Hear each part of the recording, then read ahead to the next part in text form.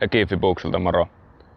Tuli edellisellä videolla luvattua tästä Scanian vaihdokista esittelyvideo, niin tässä tää Volvo voimapesä nyt olisi. Ruvetaanpa katsomaan. Eli kyseessähän meillä on Volvo 9700 HD.